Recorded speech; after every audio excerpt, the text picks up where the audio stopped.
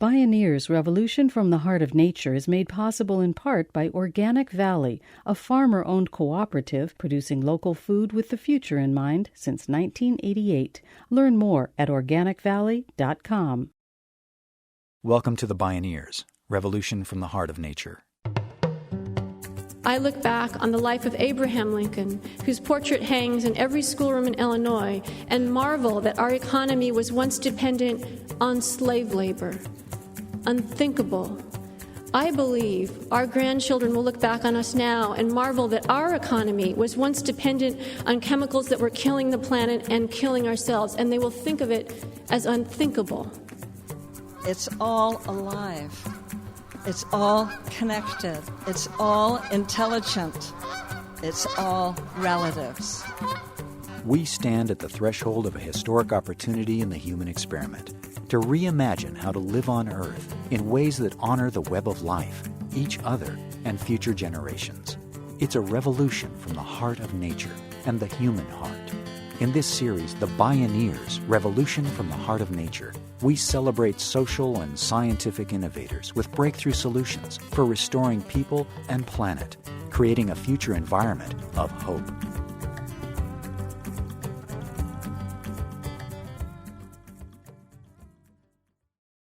If anyone questioned the existence of extreme environmental inequities of class and race in the United States, Hurricane Katrina blew that illusion away. The natural disaster revealed a second disaster in slow motion, the everyday chronic reality that communities where low-income people and people of color live often face qualitatively greater environmental hazards. But Katrina nakedly revealed that low-income people and people of color are not the only environmental canaries in the coal mine. Even the well-off can't insulate themselves from this now universal riskscape. Like emergency first responders, rights-based environmental justice movements are rising around the world, tirelessly organizing to change the systems that generate Category 5 storms of poison and injustice. These movements are some of the most profoundly hopeful developments of our era. And as biologist and author Sandra Steingraber eloquently shows, our toxic chemical-dependent society will become unthinkable in years to come. Join us for Becoming a Habitat, Motherhood, Faith, and the Environmental Human Rights Movement with Sandra Steingraber. My name is Neil Harvey. I'll be your host. Welcome to the Bioneers, Revolution from the Heart of Nature.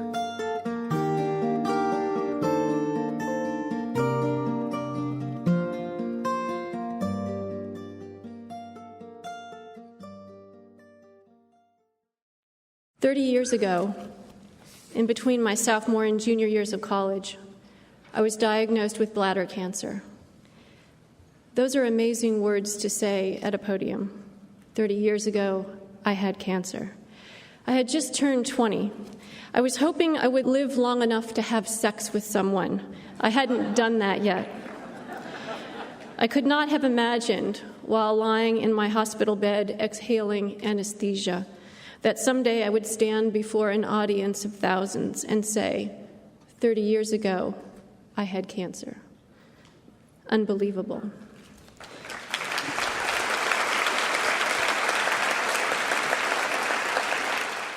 Sandra Steingraber is not only a cancer survivor, but also a biologist, poet, and mother. She's the award-winning author of 2 classic, highly influential books, Living Downstream, An Ecologist Looks at Cancer and Environment, and Having Faith, An Ecologist's Journey into Motherhood. Steingraber embodies the notion of chemical trespass, the fact that Americans are not safe from toxic chemicals at home, in the workplace, or even in our own bodies because of the products our society makes and we all use every day. She spoke at a recent Bioneers conference. 30 years ago, I had cancer. Soon after I left the hospital, I went back to the university, resumed my life as a biology major, and began mucking around in the medical literature. I did find someone to have sex with. That didn't take long.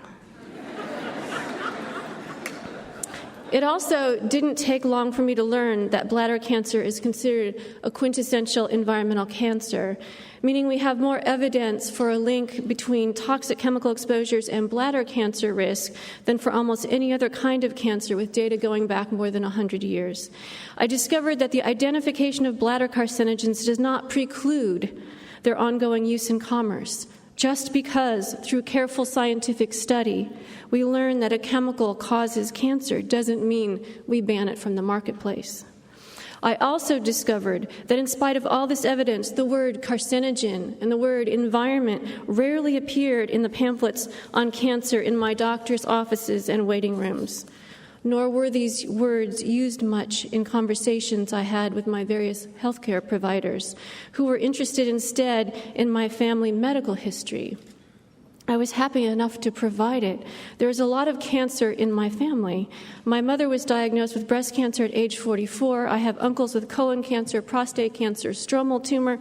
I have an aunt who died of the same kind of bladder cancer, transitional cell carcinoma that I had. But here's the punchline to my family story. I'm adopted. I'm not related to my family by chromosomes. So I began to ask hard questions about the presumption that what runs in families necessarily runs in genes. I began to ask, what else do families have in common? Maybe drinking water wells. And when I looked at the literature on cancer among adult adoptees, I learned that, in fact, the chance of an adopted person dying of cancer is far more closely related to whether or not her adoptive parents had died of cancer than whether or not her biological parents had met this fate. But you would never know that based on the questions asked on medical intake forms. So 30 years ago, as a college undergraduate, I made a bet. I bet that my cancer diagnosis had something to do with the environment in which I lived as a child, and I think I was right about this. As I learned years later, while researching my book Living Downstream, the county where I grew up, along the east bluff of the Illinois River, has statistically elevated cancer rates. 36 different industries line the river valley there, and farmers practice pesticide-intensive agriculture. Hazardous waste is imported as far away as New Jersey, and the drinking water wells contain traces of both farm chemicals and industrial chemicals, including those with demonstrable links to bladder cancer. 20 years ago, I made another bet. I worked as an opinion writer at the Michigan Daily, the student newspaper there. My editor and I laid bets as to which system would collapse first, economy or ecology. I said ecology. I think I was wrong. I think we were both wrong. They seemed to be crumbling simultaneously. Our economy and our ecology have in common, it seems to me, a number of attributes. Both are complex, globalized systems whose interconnections are little understood until something goes wrong. Here's a key difference, though. For one of our two ecosystems, we are engaged in drastic and unprecedented measures to rescue it, even though no one seems to understand it very well. And as for our other ecosystem, well, it's considered too depressing and overwhelming to even talk about. As the infamous hub of chemical production called Cancer Alley, nearly 80% of New Orleans was saturated by Katrina's floodwaters, carrying a toxic gumbo from oil refineries, chemical plants, and farm fields. The catastrophe ripped the roof off a thoroughly toxic, misbegotten industrial system that in fact is pervasive almost everywhere. To add injury to injury, many displaced Katrina survivors ended up living in toxic FEMA trailers made with deadly formaldehyde, manufactured in China. Even the Chinese don't use them. They just export them. In the 33 years since the Federal Toxic Substances Control Act was passed, tens of thousands of new chemicals have been produced and used in the United States. But under the law, the EPA has been able to require testing of just a few hundred of them. The rest, including formaldehyde, are uncontrollable by law. We're all New Orleanians, and our collective vulnerability is increasing. Asthma is epidemic. Cancer is now the leading killer of middle-aged adults. Infertility rates are up, while sperm counts are down. Homes, drinking water, and most disturbingly, even a mother's breast milk, contains hundreds of toxic chemicals. Again, Sandra Steingraber. Our current environmental regulatory apparatus does not require rigorous toxicological testing of chemicals as a precondition for marketing them, as we do, for example, for pharmaceuticals. It also makes it very difficult to ban chemicals once they are in commerce. Of the 80,000 synthetic chemicals now on the market, exactly 5 have been outlawed under the Toxic Substances Control Act since 1976. And to learn more about the history of this law, I commend to you the very good book, Exposed, by investigative journalist Mark Shapiro. Our current environmental regulatory apparatus allows economic benefits to be balanced against human health risks. It fails to take into account the fact that we are all exposed, to use Rachel Carson's words, to a changing kaleidoscope of chemicals over our lifetimes, and not just one chemical at a time. In umbilical cord blood alone, 287 different chemicals have been detected. These include pesticides, stain removers, wood preservatives, mercury, and flame retardants. Our current regulatory apparatus does not take into account timing of exposure, and yet science clearly shows that toxic exposures during key moments of infant and child development, especially during the opera of embryonic development during pregnancy, raises risks for harm that are disproportionate to dose. Benzoapyrene, an ingredient in tobacco smoke, diesel exhaust, and soot, can damage eggs in the ovaries of mammals in a way that may reduce fertility. Exposure to pesticides in men can reduce sperm count. Thus, our environmental policies may be influencing our very ability to get pregnant and have children. And if pregnancy is achieved, exposure to certain chemicals raises the risk that it will be lost through miscarriage, or what we in the scientific community call spontaneous abortion. Evidence suggests that the pesticide methoxychlor has this power, as do certain chemical solvents. And here is where I am interested in engaging the pro-life community in a dialogue, because whether you see this as a problem, as I do, as a violation of women's reproductive rights, or whether you see this as a problem, as some members of my family do, as a violation of fetal sanctity, maybe we can all agree, pro-life and pro-choice, that any chemical with the power to extinguish a human pregnancy has no rightful place in our economy.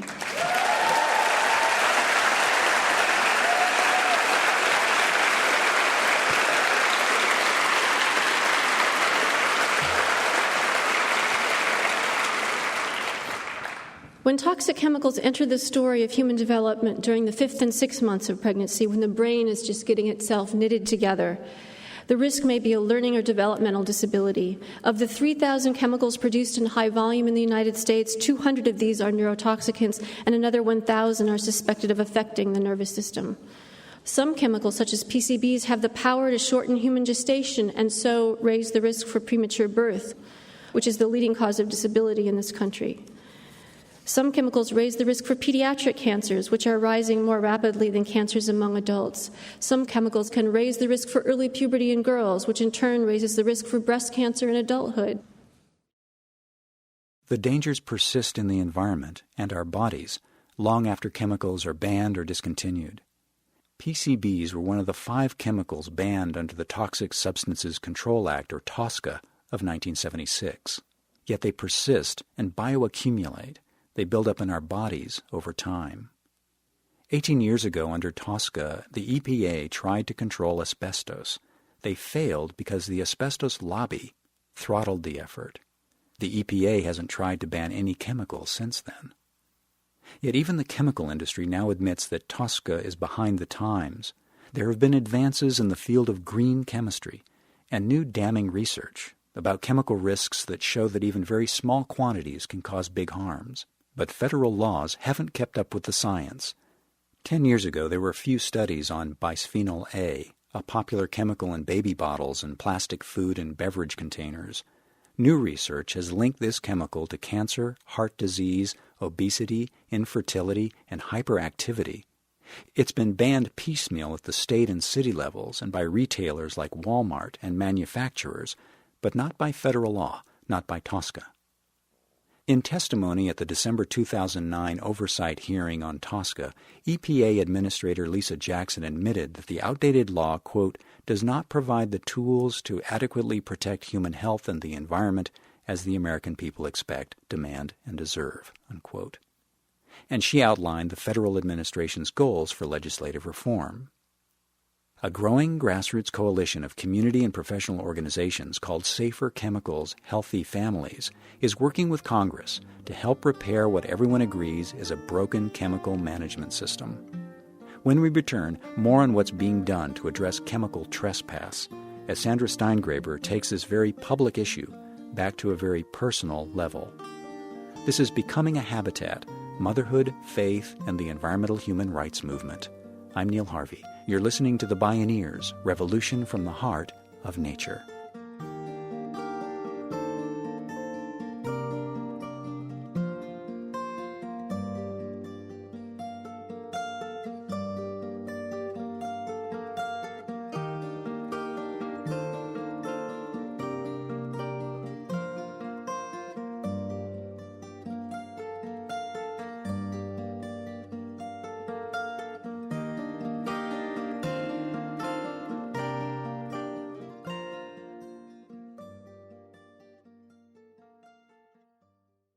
You can download this and other programs on the radio pages at Bioneers.org. Despite all her knowledge about the realities of chemical trespass, Sandra Steingraber still found the courage to become a mother. Here is the next chapter in her personal journey of cancer survival. A few weeks ago, on a sunny afternoon, the phone rang while I was trying to meet a writing deadline. It was the nurse in my urologist's office. She was calling to say the pathologist had found in the urine collected from my last cystoscopic checkup abnormal cell clusters and also blood. After I hung up, I looked out the window of my small house where the sun still shone on the last of the marigolds and the tomato vines. I looked down at my computer screen where the cursor still blinked on the same paragraph. I could hear in the kitchen the tomatoes still bobbing around in the stock pot that was steaming away on the stove. The world was still the same, but it felt to me suddenly altered. Or was it? I provided a second urine sample for further testing, and based on the results of that, a third sample was set out for genetic analysis. 2 days ago, I got the call from the urology nurse. The results were normal.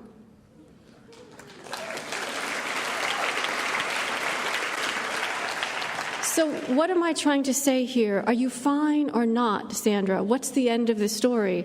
Well, I don't know. I am living within a period of time known as watchful waiting. Much of my adult life has been watchful waiting. Watch means vigilance, screening tests, imaging, blood work, self-advocacy, second opinions, and hours logged in hospital parking garages. Wait means you go back to your half-finished essay, to the tomatoes on the stove. You lay plans and carry on within the confines of ambiguity. You meet deadlines and make grocery lists, and sometimes you jump when the phone rings on a sunny afternoon. 10 years ago, in the fall of 1998, I gave birth to a child. I became a cancer patient at 20 and the mother at the brink of 40, which I know isn't how most people's lives are ordered, but that's how mine worked out. After 20 years as a solitary adult ecologist, I became a habitat, an inland ocean with a marine mammal swimming around inside of me. I became a water cycle, a food chain, a jet stream. My daughter's name is Faith. She is 10 years old, and my son's name is Elijah, and he is 7. My son is named for the abolitionist Elijah Lovejoy, who hails from my home state of Illinois. I'll leave it to you to imagine why an adopted cancer survivor might name a daughter Faith. My daughter is planning a career as a marine biologist. She wants to write her first book on the octopus. My son wishes to be the president, a farmer, or a member of the Beatles. He figures there are at least 2 job openings there already. Since becoming a mother, I've made another bet. I am betting that in between my children's adult lives and my own, an environmental human rights movement will arise.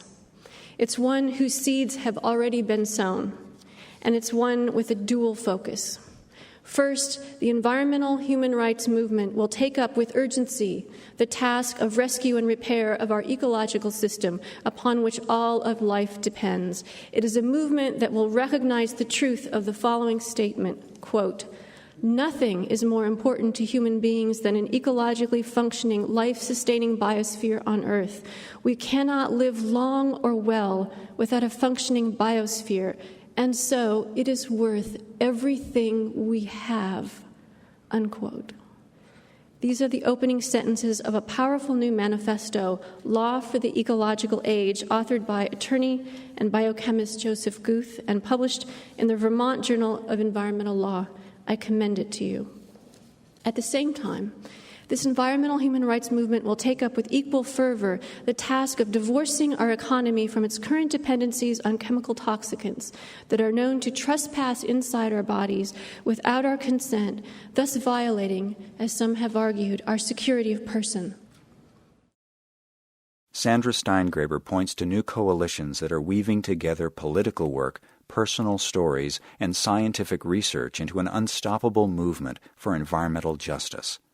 She says we face two mutually exclusive choices for how we design our society and relate to risk. The current market-based system sets, quote, acceptable societal risk levels of poisoning and peril. A market-based approach to risk says money talks, and if you don't have it, you're on your own.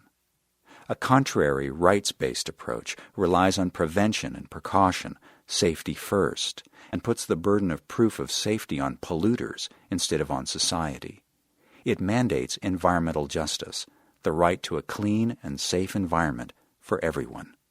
In April 2010, the House and Senate introduced landmark legislation on chemical management reform to strengthen the Toxic Substances Control Act. Government officials and citizen advocates say such reforms would give the EPA the muscle it needs to take action to protect public health and the environment. Such laws would enforce safety standards and encourage green chemistry solutions. And that would have big commercial advantages. Companies would dramatically lessen their risk and liability because green chemistry solutions eliminate the toxic harm in the first place. The European Union is already leading the chemical industry in this direction. As these changes inevitably occur, Sandra Steingraber will be ready to place her wager on that winning ticket. So I am betting that chemical reform will be a cornerstone of this new environmental human rights movement that I see getting underway. I am betting that my children and the generation of children that they are a part will, by the time they are my age, they'll consider it unthinkable to allow cancer-causing chemicals, reproductive toxicants, and neurological poisons to freely circulate in our economy. They will find it unthinkable to assume an attitude of silence and willful ignorance about our ecology.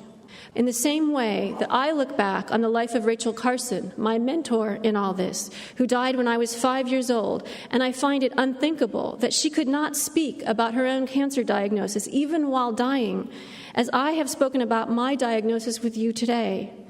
30 years of feminism lies between my life as an adult scientist and Rachel Carson's, and that human rights movement, feminism, ended the silence around the personal experience of women's cancer so that I have never had to fear, as did Carson, that my status as a cancer survivor will be somehow used to impeach my science.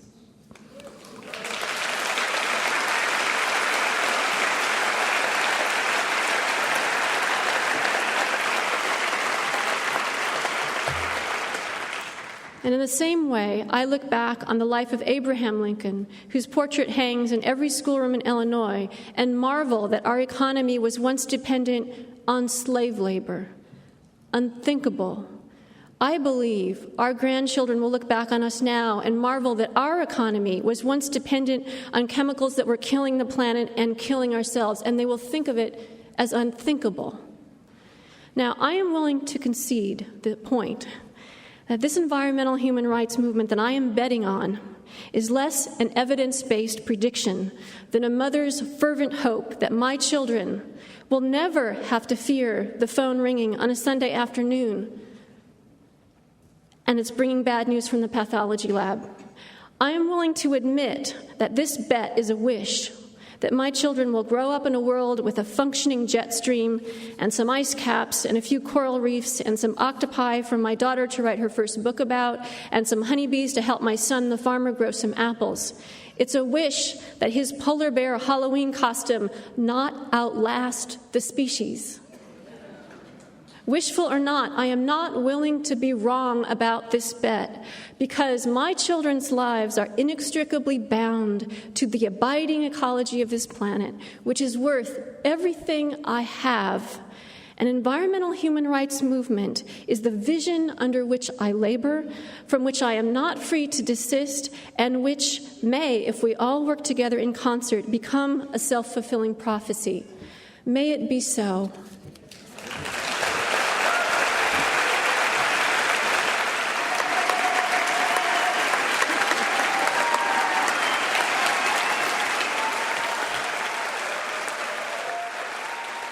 Sandra Steingraber, scientist, citizen, mother, betting everything she has for her children's future and a healthy planet for all people and all life. Becoming a Habitat, Motherhood, Faith, and the Environmental Human Rights Movement.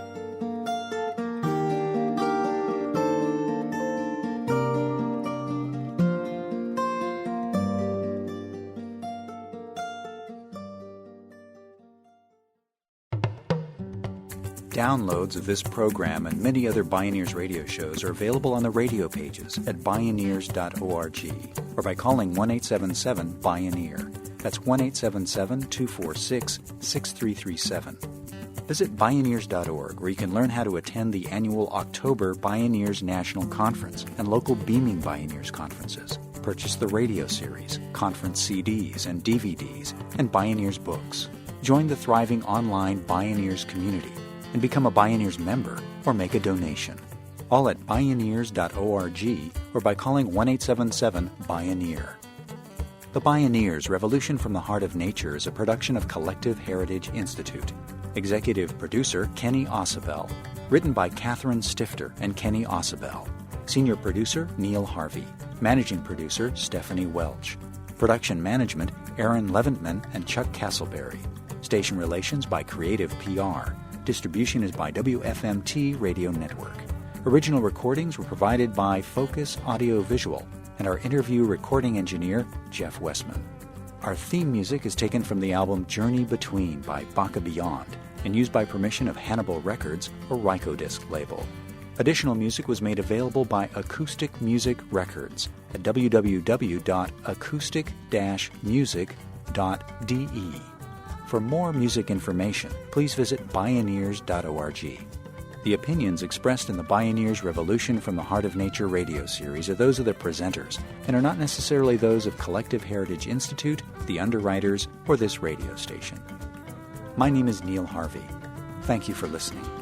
I invite you to join the Bioneers in inspiring a shift to live on Earth in ways that honor the web of life, each other, and future generations. This is program number 0210. Bioneers, Revolution from the Heart of Nature is made possible in part by Organic Valley, a farmer-owned cooperative producing local food with the future in mind since 1988. Learn more at organicvalley.com.